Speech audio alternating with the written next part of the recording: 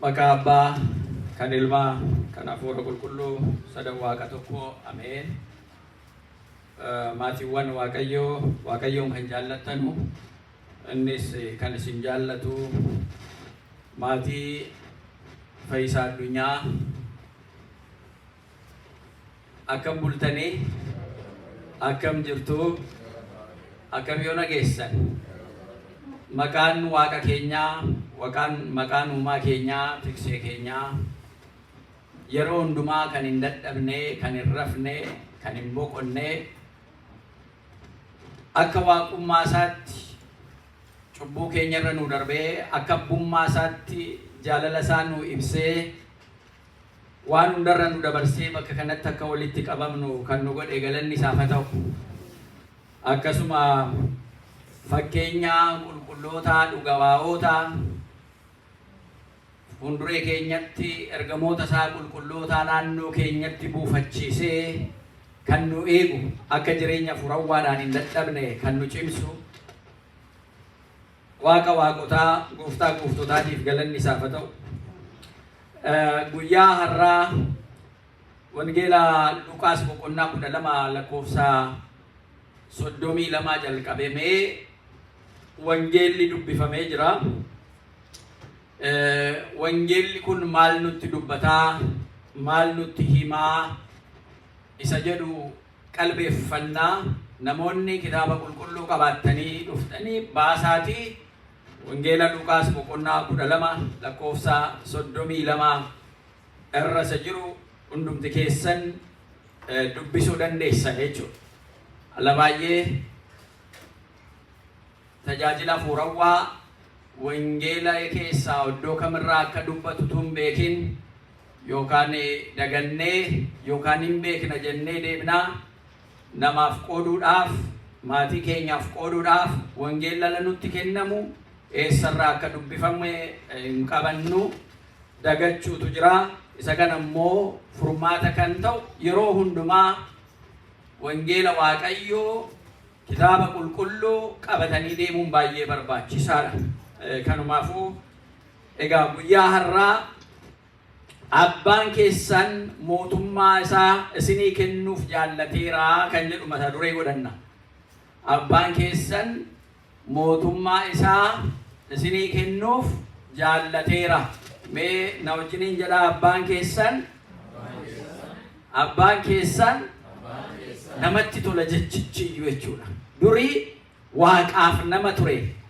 Waaqaaf namni gargar ba'ee ture. Garuu ilma isaa tokkicha nu erguu isaatiin ayyaana abbaa jennee ittiin isa waammannu gatii nu kenneef Waaqa keenyaan iyyuu jedha. Abbaan keessan mootummaa isaa isinii kennuuf jaallateera. Galanni Waaqayyoodhaaf haa ta'u. Abbaan keessan nuun jedhee kan kana jedhu Yesuus Kiristoosuma. Yesuus Kiristoos kana dubbata.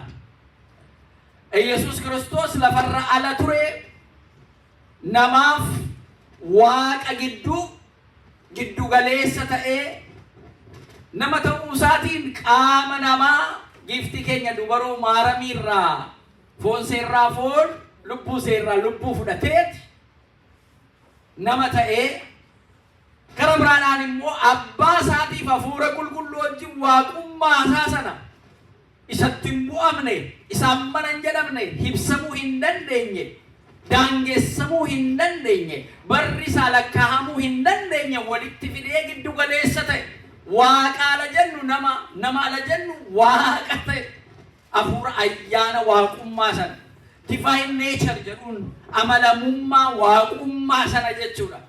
Foonii wajjin qaama namaa kanaa wajjin walitti fide. Galanni Waaqayyoof haa ta'u. Kun iccitii guddaadha.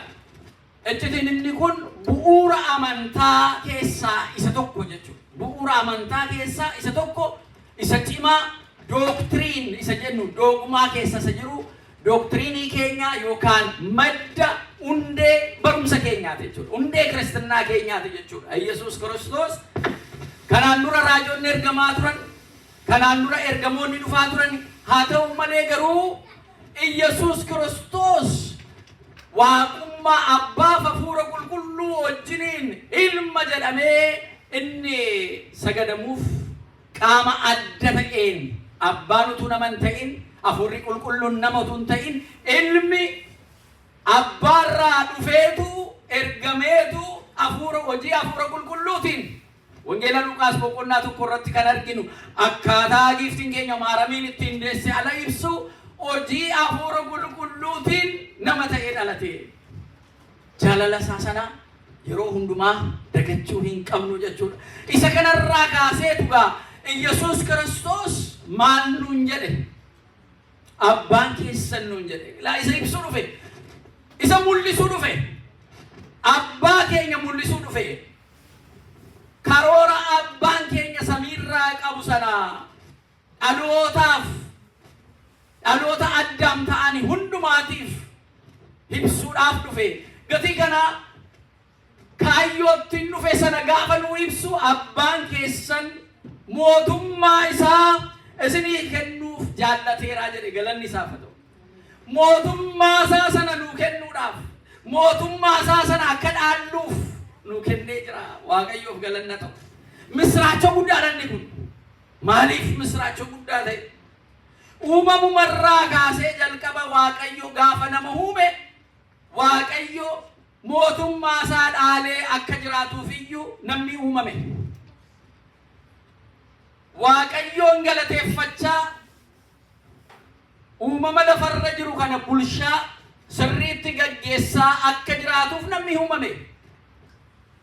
Namni inni jalqabaa Addaam, dubartiin isheen jalqabaa Heewaan, Waaqayyo ala eebbisuun horaa bulaa baay'adhaa badhaadhaa alanni jedhee eebbisuun Waaqayyo ijoollee namaa uumama jaallachuu isaa kan agarsiisudha jechuudha. Isarraa jalqaba. Karoora Waaqayyoo namni hubachuu sanarraa jalqaba. Ala baay'ee namni bilisa ta'ee gatii uumameef yaada barbaade gaggeeffachuun mirga gatii qabuudhaaf Waaqayyoon jaallattee amantee akka isa waaqeffattuudhaaf malee dirqamaan si gududee si dirqisiisee akka horii ati qabduu mana keessatti ta'e mana keessa kaawwattuu sanatti si dirqisiisee si amansiifachuun barbaadu Waaqayyo. Bilisummaadhaan amanii siin jedheetu. Bilisummaa si kenneen sammuu bilisaatiin na amani siin jedheetu. Addaam Heewaan gaafa uumamanis bilisummaa kanaan uumamanii Waaqa wajjin mootummaa Waaqayyoo sana keessa jiraatu turan. Garuu baay'ee turuu hin dandeenye. Kanaaf ajaja Waaqayyoo dhiisanii karaa Waaqayyoo dhiisanii karoora Waaqayyoon namaa qabu sana dhiisanii cabsaniitu diinaa wajjin mari'atan. Alagaa wajjin mari'atan. Uumama garee isaanii hin taane wajjin mari'atan.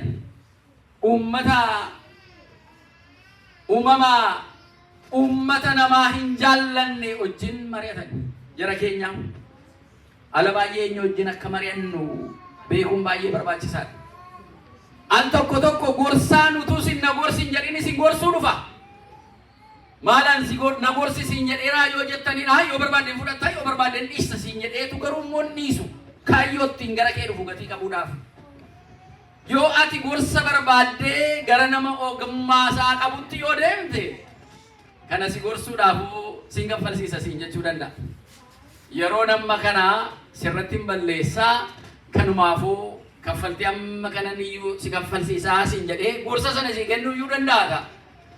Al tokko immoo lakki namni kun ogummaa gatii qabuudhaaf sirni jiru yookaan mootummaan yookaan malee mootummaan isaaf yeroo inni balleessu sana akaffaluu fi talmaamee ati garuu gorsa sana fudhadhuu deemi jedhee nama sanachi ka'a qaama sanachi ka'a. Maaliif itti gaafatamummaa gatii qabuuf jechuudha qaamni sun. Inni kaan immoo karoora qabatee kennaa sii kenname sirraa fudhachuudhaaf waan Waaqayyo simboo sitti uwwise simboo sana sirraa kaasuudhaaf kabaja waaqayyoon si kenne kabaja sana si jalaa fudhachuudhaaf barbaadee si iyyafatee dhufa. Eessaan baltii, eessaan galtii, eessa oolaa, eessa bulaa, eessaan ba'aa jedhee si iyyafatee dhufa. Al tokko nama sana eessumaa baatee jettuun maa waaqumatu na erge kaabunoo silaa waliin beellamne jettaniitu haasaa waliin jalqabdu laala. Hiriyummaa waliin jalqabdu. Wal baruutu dhufa. Wal baruu sana keessayyuu heewaan gudii taatee jechuudha. Bofa yookaan marrataa jedhamu iddoo tokko tokkotti bofa lafaati hundumtuu afaan isaaniitiin uumamni addaamiin waan hin haasofsiisuu turanii isa seen beektu sana boficharra taa'eetu seexanni gara heewaaniitti dhufeetu gara addaamiitti dhufeetu jara dogongorsiise. Ayyaanan taaneen hafuuran taaneen itti dhufe inaaffinaan itti dhufe waan jara fayyadu waan jararraa baratu waan jara firoomsatu fakkaatee itti dhufe jechuudha.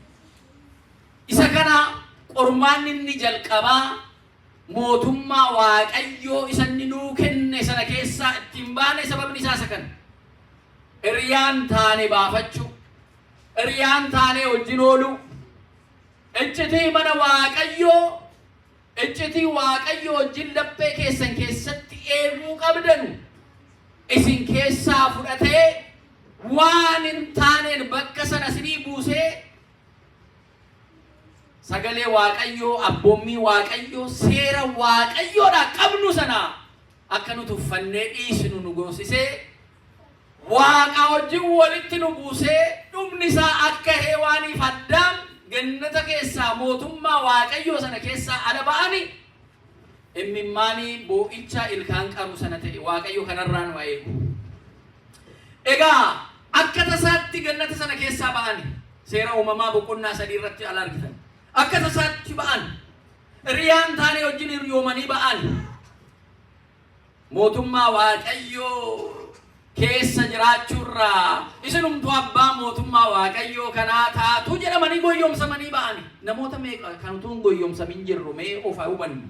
Hiriyaan kan nu goyyomsu, amantaadhaan kan nu goyyomsu, bakka hojiitiin kan nu goyyomsu, waan nu fayyade itti fakkaatee hin beektu biyya kana flaayeriinii fi biyya kana keessatti nootisiin karaa adda addaatiin isinitti dhufa. Yoo kana bittan kana isinii daballa, yoo kana gootan kana tola argattu, yoo kana godhattan kana bilaash argattu nuun jedhanii yookaan imeelii keenyaan yookaan bilbila keenyaan yookaan adreesii keenyaan galchaniitu isa booda mana keessaa harree waan baasuu hin dandeenye kana beeksisa isaanii nutti guuru jechuudha.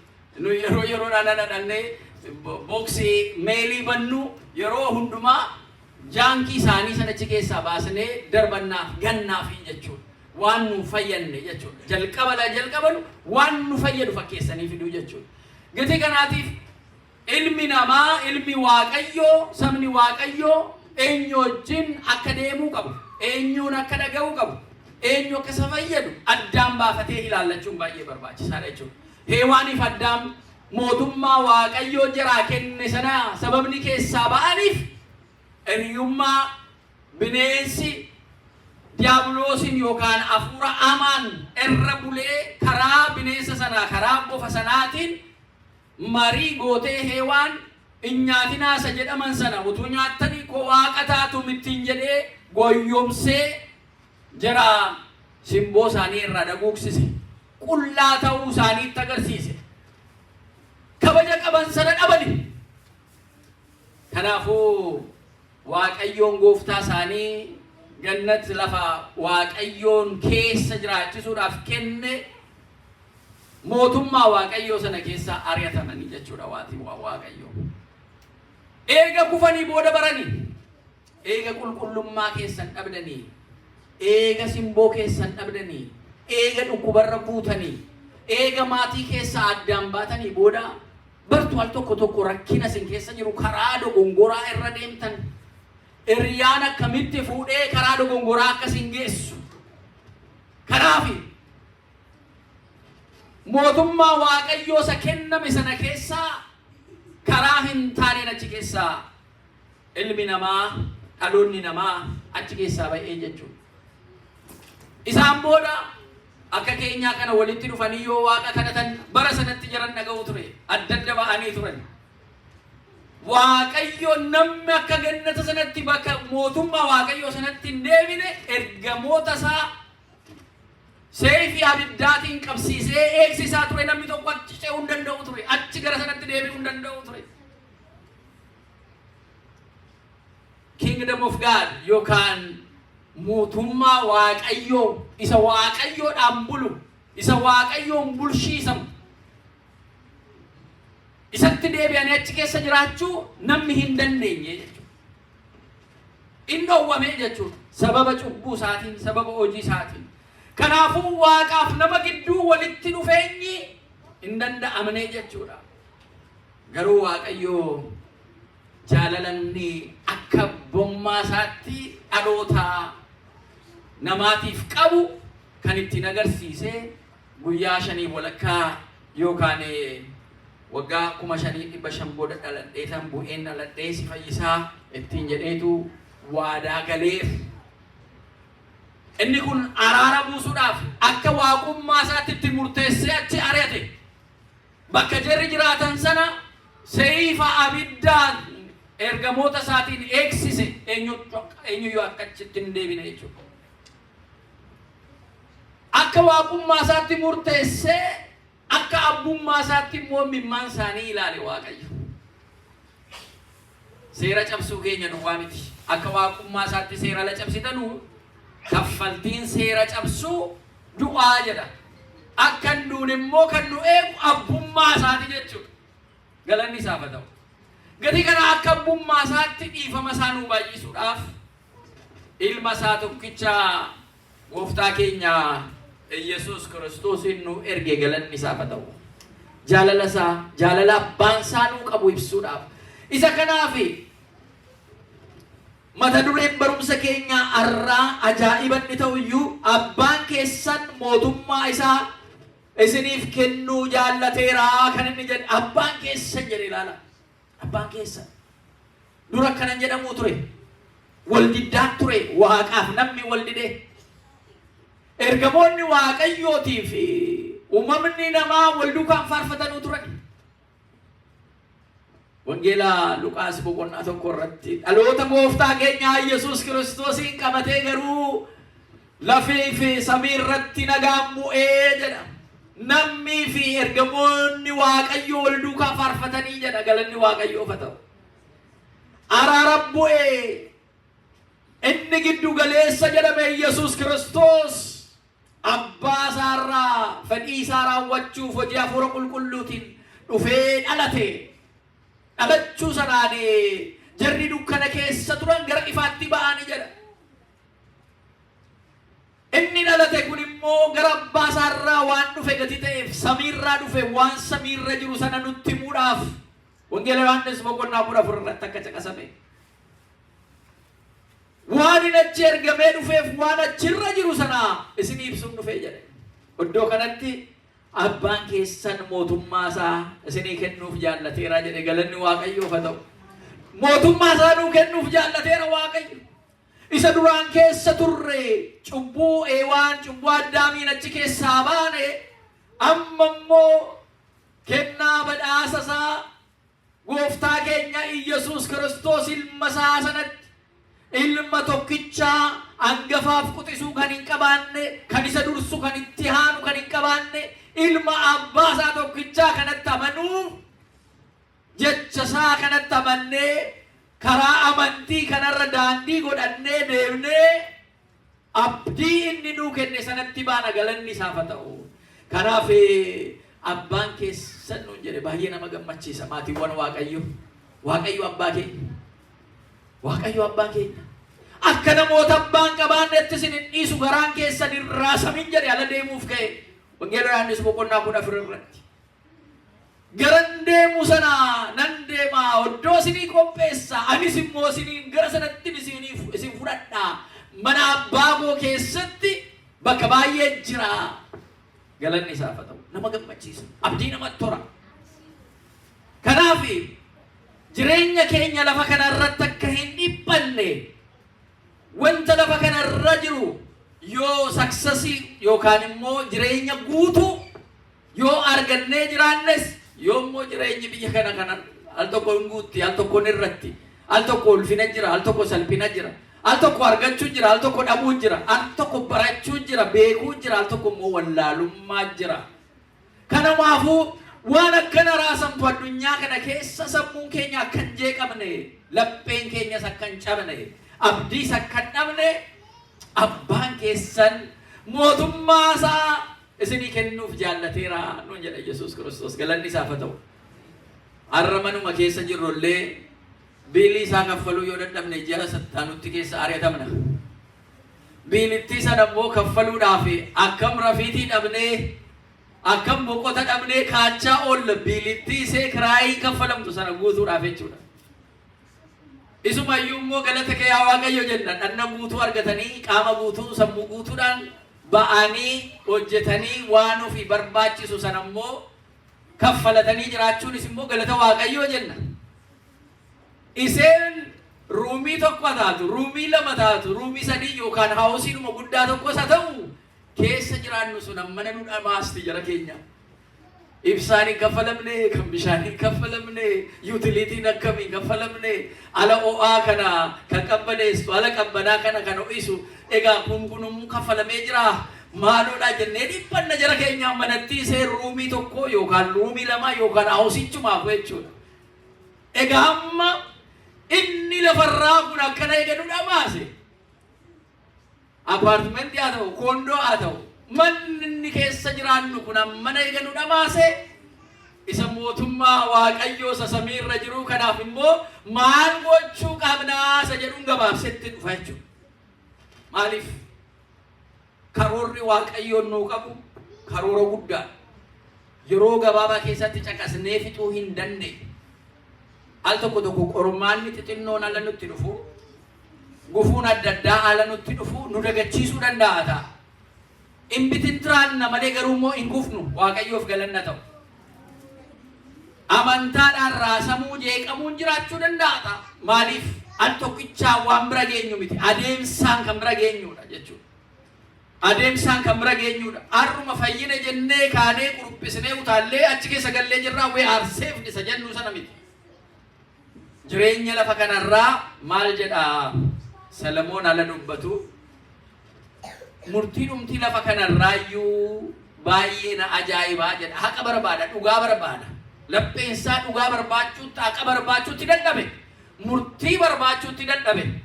Yaada isaatiin ilaamee jedhe namni jireenya isaa guutuu waan qulqulluu waan gaarii hojjeteetu dhumarratti dogongoree waan gaarii sana dhiisee waan cubbuu hojjetaa jedhan.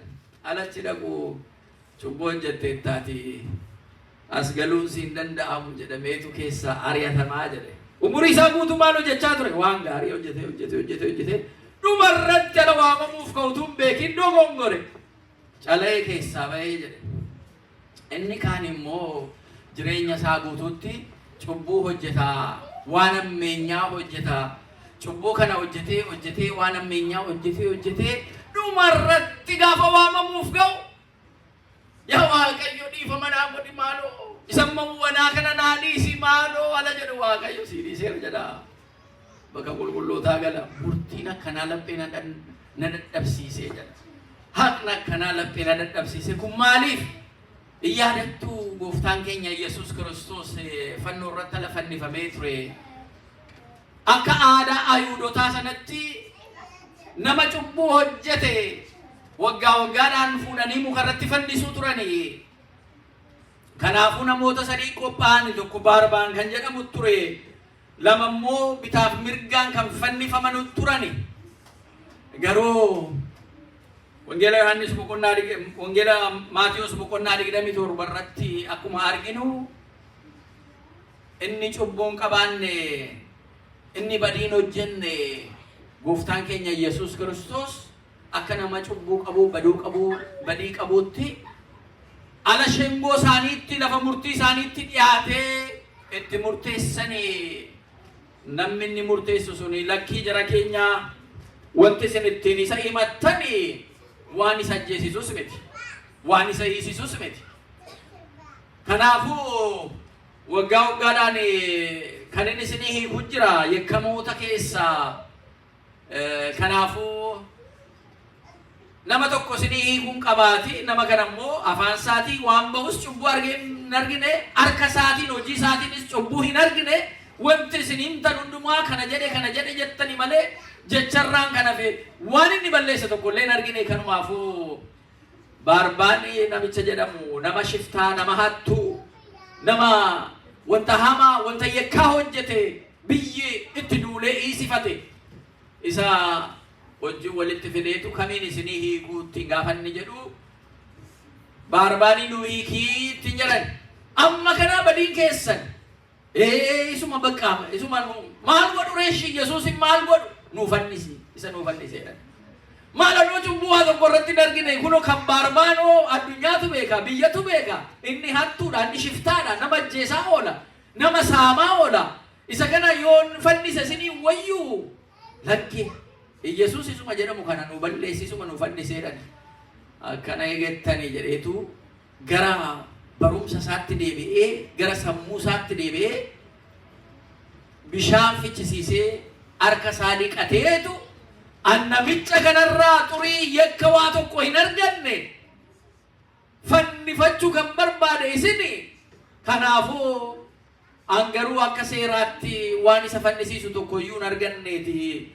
Dhiiga namicha kanarraa ni qulqullaadha jedhee fuuldura isaatti harka isaa fuuldura isaaniitti dhiqate. Isa lamma qindaasee irratti lubni qurbaana kennuu falaka'u harka fuuldureetti dhiqatee qalbii utuu hin jijjiirratin, utuu gaabbiin galeen gara fooniif dhiiga Kiristoositti yoo dhiyaattan maal qabaadhaan of tuulummaadhaan yoo dhiyaattan inni itti dhiyaachaa jirtanu abidda. Abiddi kun yoo qalbii jijjiirrattanii itti amantanii na fayyisa qoricha jettanii fudhattan jireenya bara baraati isinii kennaa. Abidda isa cubbuu balleessee isin cimsuudha. Abidda akkuma jara qulqullootaa akka Anaaniyaa, Azaariyaa, Misaa'eel abidda keessa ba'anii, akka Daani'el fa'a abidda keessa ba'anii Waaqa galateeffatanii isinillee isa keessa darbitanii Waaqa galateeffattu. Innis mana keessanitti gala.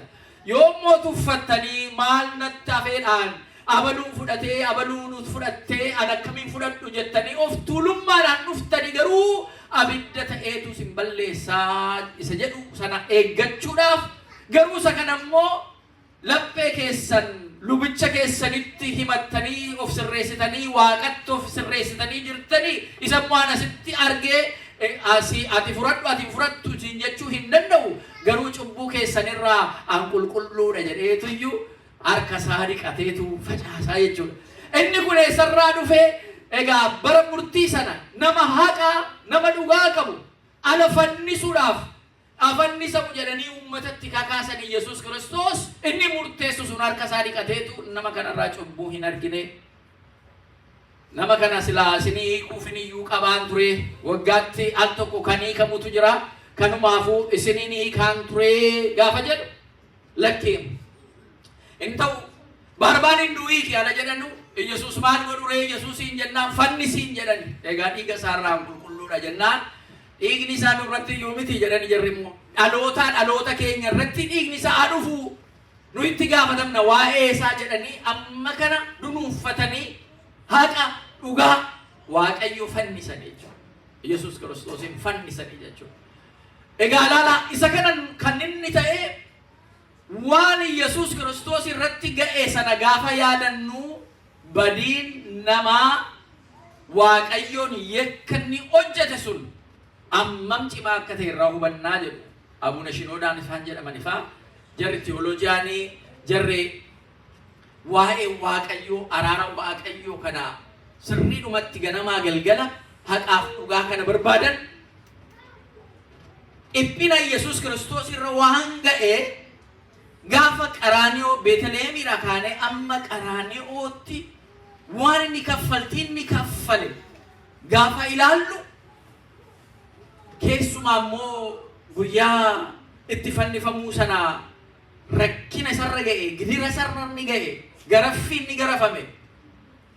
bismaaraan harka isaaf miilla isaa muka sana irratti hodhanii wal kaasanii qullaasaa muka sana irratti fannisuun isaanii garafaa utonni kufee ka'uu rakkinaaf gidira sana arguusaa cubbuu namni waaqayyoon yakke akkam guddaa akka ta'e gatii guddaa akka kaffalchisiisu nama agarsiisaa. Kanarraa kaasee dhugaa gooftaan keenya Yesuus Kiristoos ergamee kan inni dhufe kaffaltii namni mootummaa waaqayyo ala gadhiise sana badiin hojjeteedhaa fi inni badii hin qabaanne Yesuus Kiristoos gara lafaa kanaa dhufe jechuudha. Jaalala isa kanaatiyyuu Kiristinnaa hundeesse jechuudha. Kiristoos dhufe nuyi kiristiyaana nuun jedhamnee maqaa isaatiin waamamne jechuudha. Inni kiristiyaana jedhamnee akka waamamnuudhaaf miti kan inni barsiisaa ture. Dhufees kiristiyaana jedhamtu sin kanaan boodan jenne innis inni haqaaf dhugaa jirtu sana duwwaa barsiisaa ture. Eeganni deeme boodayyuu Kiristoos jarri Kiristoosin barumsa isaatiin baratanu kiristiyaana of jedhanii of waamanii jechuudha. Inni dhugaa abbaa isaa biraa ergamee dhufe dukkana addunyaa kana keessaatiif ibsaa akka inni ta'uudhaaf iyyuu barsiisaa dhufe jechuudha. Haqaaf dhugaa sana barsiisaa ture. Kanaaf abbaan keessan mootummaa isaa isiniif kennuuf jaallateera kan inni jedhee ibse. Isa kanaaf maal gochuu qabna ree? Egaa akkana ta'e qabxiinuma lamman tokko waan achirra inni xaqase keessaa Wangeela Luqaas boqonnaa 12 lakkoofsa 33 irratti qabeenya keessan gurguraatii jara dhabaniif gargaaraa kennaafi jedha. Mootummaa waaqayyoo kana galuudhaaf achuma irratti qabeenya keessan qabdanu baasaa gurguraatii jara qabeenya hin qabaanne jara rakkatanii fi kennaafi jedha. Nandeessuu laata? Asirratti nama muuqa miti haala baasaa dhigaa waan qabnu hundumaa ega mootummaan isaa nuu kenname waaqayyo mootummaa isaa nuu kennuuf ega qophaa'ee mee namni tokko wangeela kana baasee haa dubbisu. Walumaan dubbisna. Wangeela Luqaas boqonnaa 12 lakkoofsa 32 irraa kaasaati mee namni tokko baasee haa dubbisu. Namni baase yoo jiraate qabeenya keessa ana miti yaada koo miti kan inni isinitti ibsaa jiru yaada waaqayyoo nuuf qabu sananiyyuu isin barsiisaa jira. Ani sirraa barachaa jira. Hafuurri qulqulluu hunda keenya barsiisa jechuudha. Isin barsiisuudhaaf jedhee asii yoon dhaabbadhe kan barsiisu waaqayyoon kanaasa waaqayyoon anillee alanaasa'u irraan barachaa dandeema. Gatii kanaaf mootummaa waaqayyoo isinii kennamuudhaaf abbaan keessan isinii qopheessee jira ala jedhu ulaa gala waan tokko immoo asuma kaa'e tola bilisa kenname mootummaa waaqayyoo jechuudha. Tola bilisaan akkatti gallu garuu tola bilisa waan ta'e miti kaffaltii lubbuutti itti kaffalamee jechuudha. Haqatu itti kaffalamee jechuudha. Dhugaatu itti kaffalamee jechuudha. Dhiphinaaf gidira Yesuus Kiristoos irra ala arginu kaffaltiinu akkasuma tolaan mootummaa isaa akkatti gallu kan nu qophaa'edha jechuudha. Isanni kaffaleen iyyuu nu bilisa baane galanni isaaf haa ta'u.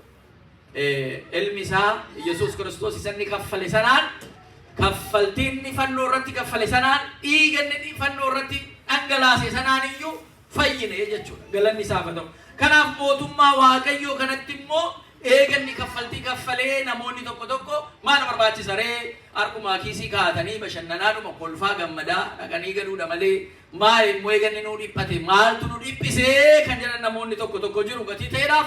Isa kanaaf immoo akka inni dogongorree kaayyoo isaa sana guuttachuudhaaf waan inni nu gaafate waan inni nu ajaje jira. Namni baafate jira isin keessa?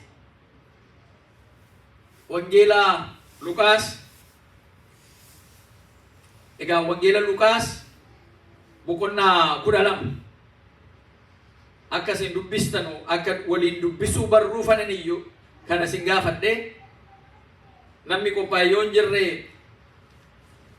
Yesuus itti dabalee isin yaa warra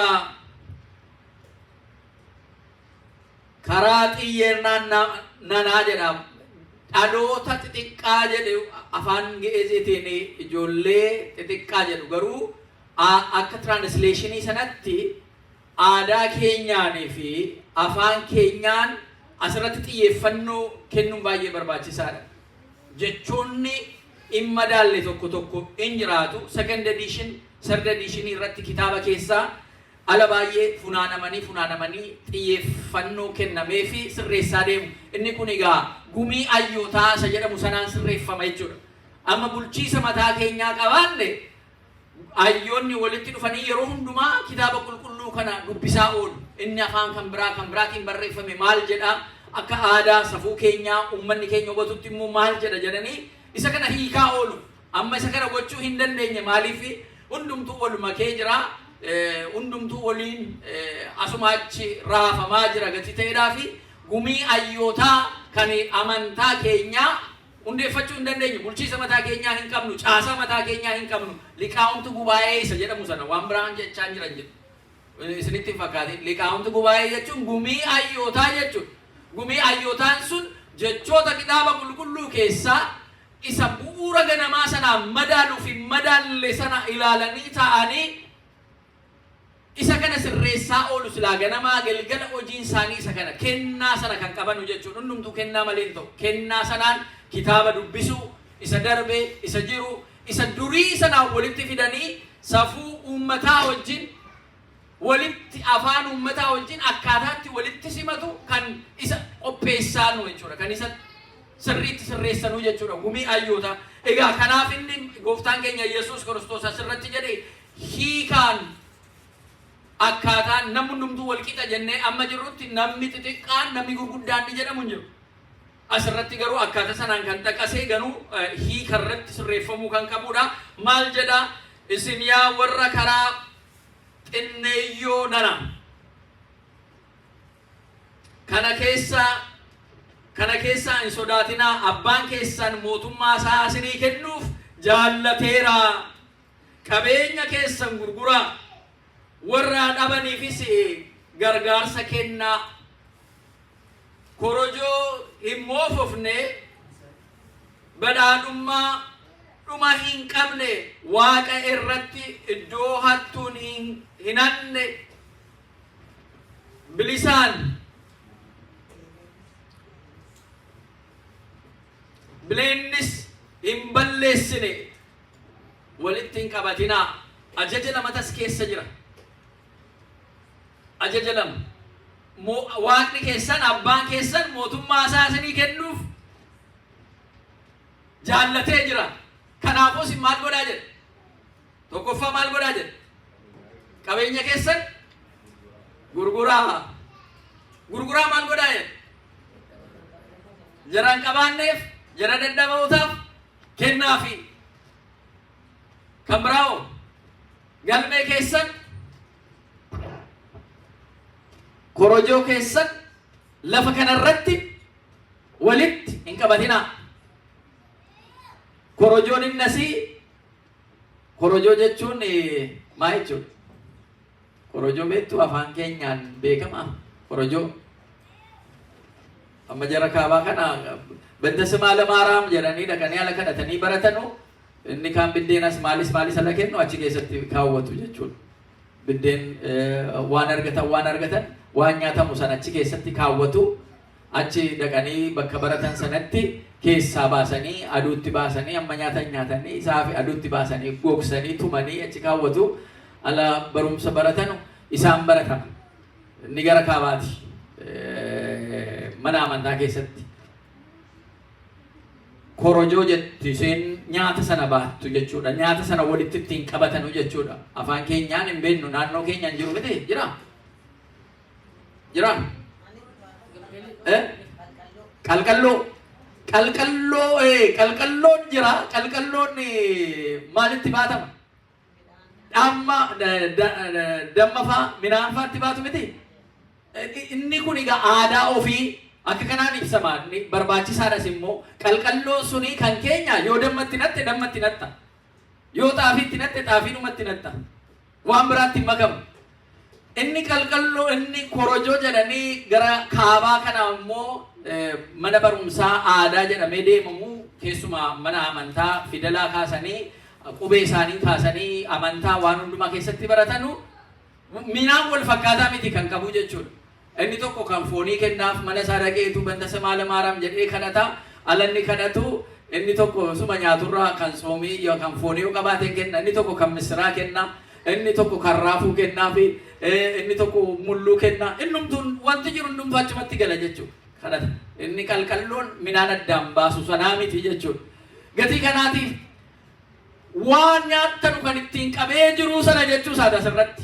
Waan abdiitti godhattan itti kuufattan sun jechuu isaati. Qalqalloo asirratti korojoo jedhu inni sun hin dullooma. Intarsaa asal tokko tokko itti baay'annaanis intarsaa.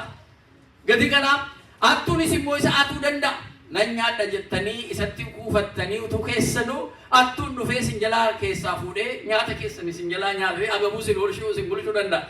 Gatii kanaatiif korojoon inni qabatee deemu, qalqalloon inni qabatee deemu suni yookaan isa dulloomu, yookaan isa tarsa'u, yookaan isa hattuun dhufee isa hatuudha achi keessatti hin qabatinaa jedha. Amma korojoon keenya baanka akkaawuntii keenya natti fakkaata amma yeroo ammaatti hundumtuu baanka akkaawuntii isaati. Maaliif isa qabattee deemtaa? Kireedit kaardii, deebii kaardii kee qabattee deemtaa. Ala hojjettee dhuftuyyuu al tokko ati doolaaraan walitti jaan waliin argituyyuu maaliif inni si hojjechisiisus achumaan dabarsee galshaa atis immoo asii kaardii qabdaa achi kaardii keessanaan baafattaa yookaan waan barbaadde ittiin bittee deemtaa. Doolaara jaan utuu waliin argin yookaan harkaan doolaara utuu hin argatin iyyuu siistemuma sanaan baastee akkaawuntii kee keessaa baastee bittee gurgurtee waan tokko ittiin gootaa. Inni si hojjechisiisus isatti dabarsaa jechuudha. Gatii kana baanka akkaawuntii kee keessaa baasiitii jechuu isaati. Baanka akkaawuntii kee keessaa baasiitii isa rakkatee jiruuf kennii jechuu isaati jechuudha. Hin danda'amaa laata? Nama abbaa qabeenyaa tokkotu dhufee Yesuus Kiristoositti abbaa qabeenyaa tokkotu dhufee ilhamee jedheen Yesuus Kiristoosiidhaan. Ati barsiisaa Waaqa biraa kan ergamtee dhufte hojiin kee waan gaarii akka ta'e hin beekaa? Gatii kanaa mootummaa Waaqayyoo galuudhaaf kunoo isa hiyyeessaas nan nyaachisaa, isa dhukkubsates nan gaafadhaa, anis abbaa qabeenyaati. Kanaafuu kana caalaan maal gochuun qaba? Nan soomasii, nan lagadha, laguu kana sinuman lagadhaa, maal gochuun qaba kana caalaatti jedhee gaafate Yesuus Kiristoosiin. Yagguu kana inni immoo abbaa qabeenyaa akka ta'e beeka namichi kun Yesuus Kiristoos. Waan qabdu sana hundumaa baasi gurguriitii hiyyeessaaf kenniitii. Fayyuu yoo barbaadde na duukaa bu'ii ittiin jedhe jechuudha. Alana namichi kun yoon isa duukaa bu'e inni iyyuu lafa buluu hin qabu, lafa ooluu hin qabu, waan nyaatu waan dhugu iyyuu hin qabu. Nama barsiisaa ooluu malee waa tokko ofii isaatii iyyuu qabeenya lafatti of hirkisu iyyuu hin qabu. Ani waan hin qabu kana gurguree bor maalitti hafuuf hin jiraa jedheetu gadde jechuudha. Akkaataa itti aamilee ittiin dura mootummaa Waaqayyoo dhaaluuf ittiin dhufe sana jajamuudhaaf dhufe eega soomtee eegammaa waan qabdu sanarraa isa hiyyeessaa isaa harka qalleerraa kennite kana caalammaa maaltu jira gaa kanumatti fufiite turi akka jedhamu barbaadee ture inni sila galateeffamuu barbaadee ture. Garuu Yesuus Kiristoos akkuma tasaa guutummaadhaan akka fayyidu barbaaddaa.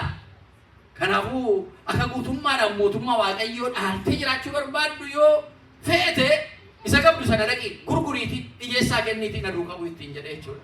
Asirratti namichi fireenii harkise jechuudha. Adeemsa isaa sana fireenii irra jedheeti lakki kun maalan baasu ittiin jedhe. Achi Yesuus Kiristoos maal jedhee? Abbaan qabeenyaa mootummaa Waaqayyoo galuurra gaalli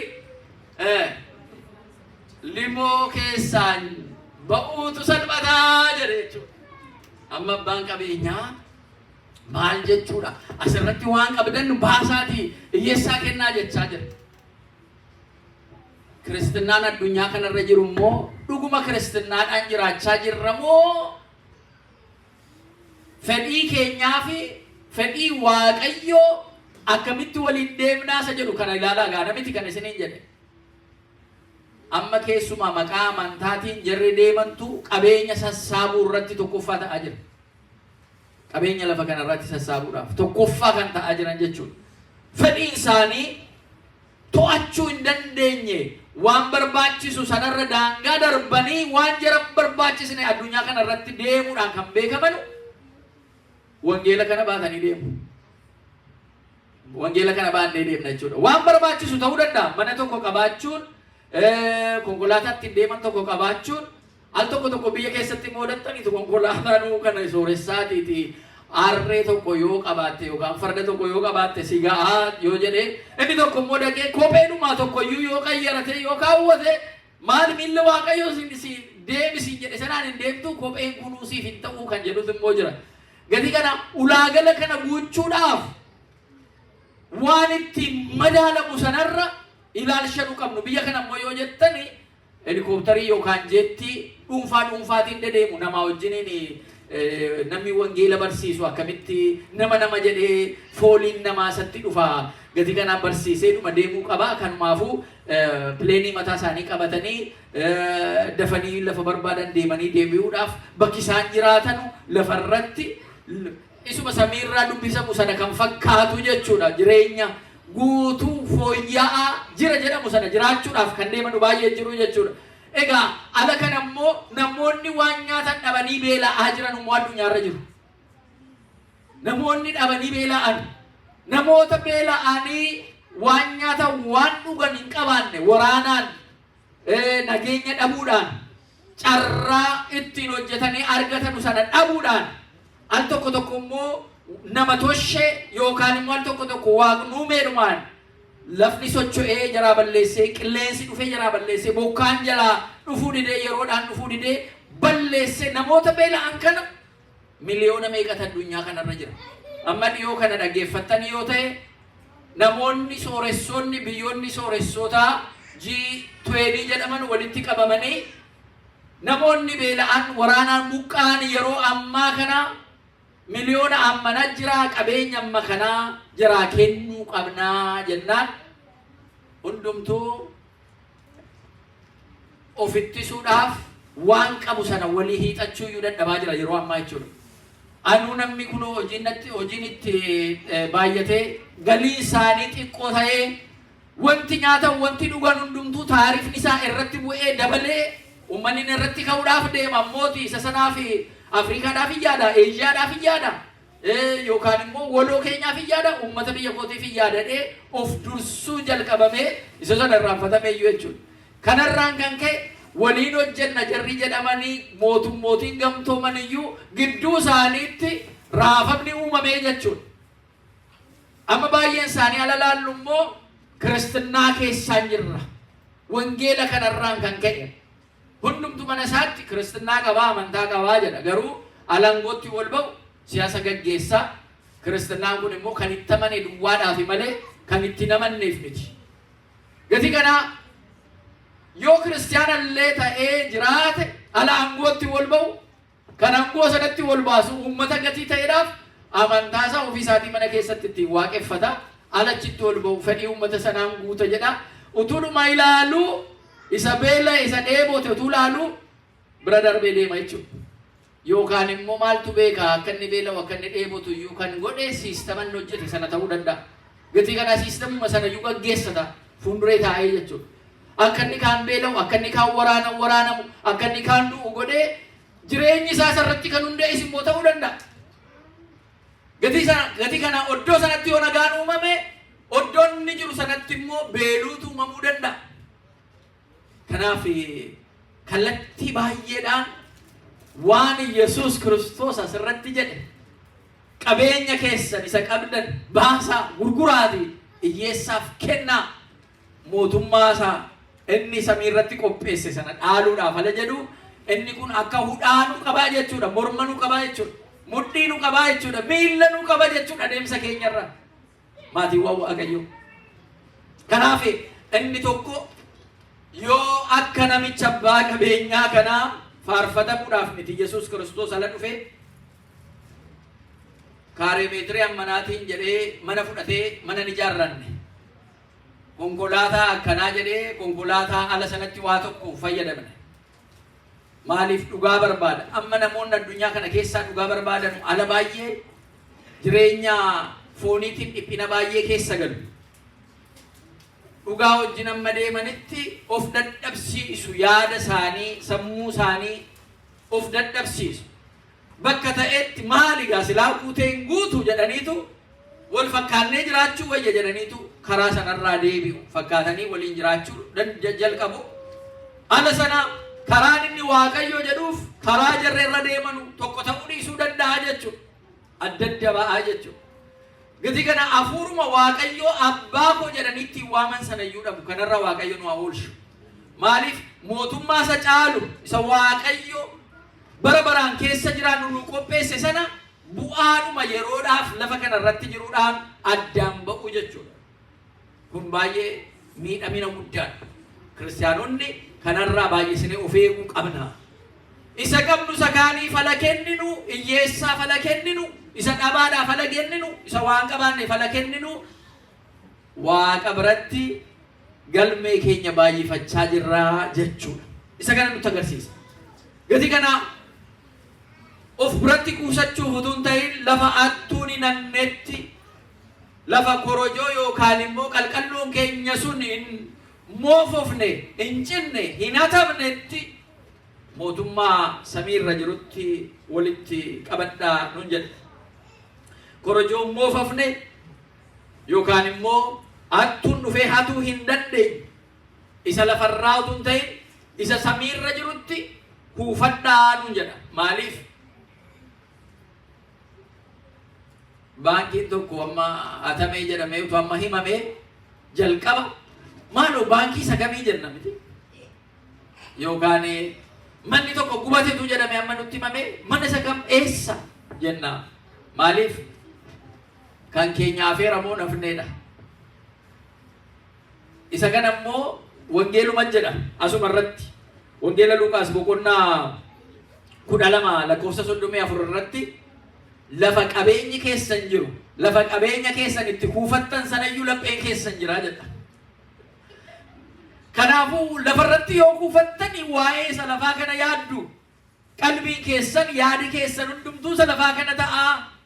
Waan gaarii hojjechuudhaaf samiirratti ajaja Waaqayyootiin yoo kuufattan ta'e garuu lapheen keessan isa waaqarraa sana ta'aa jechuudha. Gara sanatti kuufattani Waaqa biratti yoo kuufattan Waaqa biraa argattu gatii ta'eeraaf. Hattuun isin jala hatu, sobduun isin jala sobee balleessuu hin danda'u gatii ta'eeraaf. Kanaafuu amma danda'ametti abbaa hunda keenyaa gatii ta'eeraaf cimoota ta'a isa kuufattan kana. Achumatti taansee wangeela Luqaas boqonnaa 12 lakkoofsa 35 irratti mudhiin keessan kan hidhattan, sabbata keessan kan hidhattan, ibsaan keessanis kan ife haa ta'uu jedha. Kan dadhabdanii miti jechuudha. Hafuuran waan jalqabdanii fooniin akka hin fitne jechuudha. Ala baay'ee hafuuran waan jalqabnaa, ooyisnee jalqabnaa, baay'ee fedhii guddaadhaan jalqabnaa. Qormaanni tokko tokko adeemsa keessa immoo ala dhufuu isa jalqabne sana dhiisuun abdii kutachuu nu jira jechuudha. Isa kanarraa kan taane maal nuun jedhe mudhii keessan kan hidhattan, ibsaan keessan kan ife haa ta'u. Gooftaan akka namoota mana isaa eegsifatuu misirroo qabatee dhufuuf ala deemu halkan keessaa sa'aatii kamitti akka dhufu gatiin beeknee fi dammaqanii cimanii akka eeganu gooftaan isaanii ala dhufee balbala dha'ee naa banaa jedhu ibsaa isaanii qabatanii akka badanuu qophaa'anii akka jiraatanu akka sanaa ta'anu jedhu. Yeroo kamuu qophaa'anu jechuudha. Mootummaan Waaqayyoo kan keessanii kanumaafuu qophaa'a. Dhaaluudhaaf qophaa'anu jedha. Akka hin daganne yeroo hundumaa ifni keenya ifee akka jiraatu, mudhiin keenya hidhatee qophaa'ee, namni mudhii hidhate hojii hojjechuudhaaf qophaa'ee jira jechuudha. Ala mudhii hidhatan hojiitti bobba'uudhaaf qophaa'anii jiru. Isa sana agarsiisa. Gatii kanaasiniif yeroo hundumaa mudhii keessan kan hidhattan hojiitti bobba'uudhaaf waan gaarii hojjechuudhaaf kan qophooftan ta'a. Kana duwwaa miti. Ibsaan keessan akka ifu. Ibsaan akka kanaa miti. Bara durii gaasiitti naqataniitu ibsaa sana ibsatanii mana isaanii ibsaadhaan guuttatu. Gaasiin sun keessaa dhumnaan manni dukkana dhufa. Kanumaafuu ibsaa isaanii namoonni dammaqoonni wangeela Maatiyos boqonnaa 25 irratti jarri dammaqan ibsaa isaanii ibsatanii misirroo isaanii simatan. Jarri hin dammaqne zayitni isaanii jalaa dhume amma jarri zayita barbaadachuu deemanii ibsaa isaanii ibsachuuf zayita barbaachuu deemanitti gooftaan dhufe. Isa booda balballitti cufame. Akka jara kana akka hin taane ibsaan keessan haa ifu nuun jedha. Galanni isaaf haa ta'u. Ibsaan keessan haa ifu. Kana nutti himaa jira. Tarii amma haalli addunyaan itti deemaa jirtu kun sooshaal miidiyaa irraa wanti dhageenyu kun niwuusiin adda addaa odeeffannoon adda addaa dhufu kun addunyaa asii achi maree jeeqamtee jettu kun jireenya furawwaa keenya nu jalaa dhabee jira laata? Maaliif akka jiraannu gaaffiitti nuti ta'ee jira laata? Namoonni tokko amantaa isaanii iyyuu madaalanii ilaalanii amantaarraa iyyuu waa dhabanii sammuu isaanii jeeqamee hospitaala kan deddeebi'u meeqa jira? Kan qoricha fudhachuu jalqabe sammuu adoochu sana fudhachuu jalqabe. Suusii hin taane waan hin taane keessa namoonni galan meeqa jira? Isa kanarraa amantiin keenya sun ibsanne sana qilleensi yoo dhufe bokkaa yoo roobe akka nu jalaan balleessine ibsaan keenya sun akka ifu jechuudha yeroo hundumaa. Isa jalqabne kana fiixaan akka baasnu jechuudha. Karaa amantaa irra jiru kana cimnee akka eeggannu lolaan yoo dhufe bokkaan yoo roobe qilleensi yoo qilleense jaalala Kiristoos irraa iyyuu addaan nu baasaa jennee jechuudha. Omtuu addaan nu baasuu hin danda'u jennee amantaa keenya sana yoo agarsiifanne akka namoota asirratti caqasamanii kana. Yesuus Kiristoos akkuma inni kaa'ee kanatti ibsaan keenya ifee mootummaa isaa dhaallee akka jiraannu nu dandeessisaa jechuudha. Kana ta'uu dhabaannaan Wangeela Maatiyos boqonnaa 25 lakkoofsa 1-13, Wangeela Maarqos boqonnaa 13 lakkoofsa 33 irratti namoota ibsaa isaanii ibsatanii cimanii eeggatan kana arginaa jechuudha. Akkasuma Wangeela Maatiyos boqonnaa 6 lakkoofsa 19 irratti qabeenya keenya isa lafa attuun kanarraa lafa attuun hatuu hin dandeenye sanatti akka kuufannu nutti himaa jechuudha. Maatiiwwan Waaqayyo kan waamamaniif kanaaf manni kiristaanaas kan isin barsiistu kana isin hin dirqisiistu isintu murteeffata. Waaqayyo garuu kana jedhe waan Waaqayyo jedhe hin jedhe waan Waaqayyo jedhe hin dabarse. Yoo dandeenye akka Waaqayyo jedhe kanaan jiraachuudhaaf wala jajjabeessinu, wala hubachiisnu, wala dammaqsinu, walitti dhufeenyi keenya akka nama gabaa ba'ee yookaan akka nama sababa adda addaatiin walitti dhufeetu hin ta'in waan fooniirra darbee waa'ee lubbuu keenyaa wal hubachiisuudhaaf dhufne. Gati kana waa'ee lubbuu keenyaa kana yaadannee akkaataa inni nutti gammaduun akkaataa ibsaan keenya hin banne akkaataa qabeenya keenya faarfannaa yoo ta'e qabeenya keenya qaddasuu yoo ta'e qabeenya keenya isa Waaqayyo nuu kenne isa fuuran waaqan wal tajaajiluu yoo ta'e qabeenya keenya keessummaa keessummeessuu yoo ta'e qabeenya keenya isa dhabee fiixachuu yoo ta'e qabeenya keenya isa kana cimsannee sannittiin gammadu isa lubbuu keenyaa cimsannee mootummaa Waaqayyo abbaan keenya inni samiirra jiru nu qopheessee dhaallee akka jiraannu Waaqayyo nu gargaaru. Dogongora keenya utuu beeknus utuu hin beeknis waan hojjennee akka ija isaa gara Waaqayyootti akka hin deemne kan nu taasisu Waaqayyo akka abbummaa isaatti dhiifama nu taasisee dhiifama isaa nu baay'isee mootummaan inni nu kennuuf qopheessee isa samiirra jiru sana ilma isaa tokkicha gooftaa keenya Yesuus Kiristoositti amannee diina keenya diiyaabiloosiin injifannee firee Waaqayyo jaallatu firee gaarii kun immoo hojii agarsiisa. Hojii gaarii hojjennee isa kanaan mootummaan ittiin nu qopheessee sana dhaallee akka jiraannu lakkoofsaan utuu hin irratin hundumti keenya achitti walitti akka qabamnu fedhii Waaqayyo nuuf haa ta'u. Kan nu kakaasee nu jalqabsiisee nu barsiisee Waaqa keenyaaf galanni isaaf haa ta'u.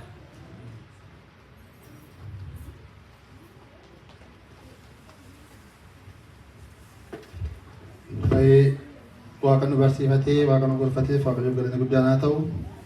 Yana egaa abbaan keenya akka gaariitti nu barsiisaniiru. Warri dhageessan nu jirtu ta'ee warri raftanii egaa nama illee Waaqayyoof galanni guddaan haa ta'u. Abbaa keenya Waaqayyoo sagalee jireenyaa sana dhageessisu, sagalee jireenyaa sana dhageessisu, sagalee jireenyaa sana dhageessisu kan dhageenya hunduma isaa Waaqayyoo firee 30 firee 60 100 goonee dhaalti mootummaa isaatiin nama galu Waaqayyo nu haa taasisu.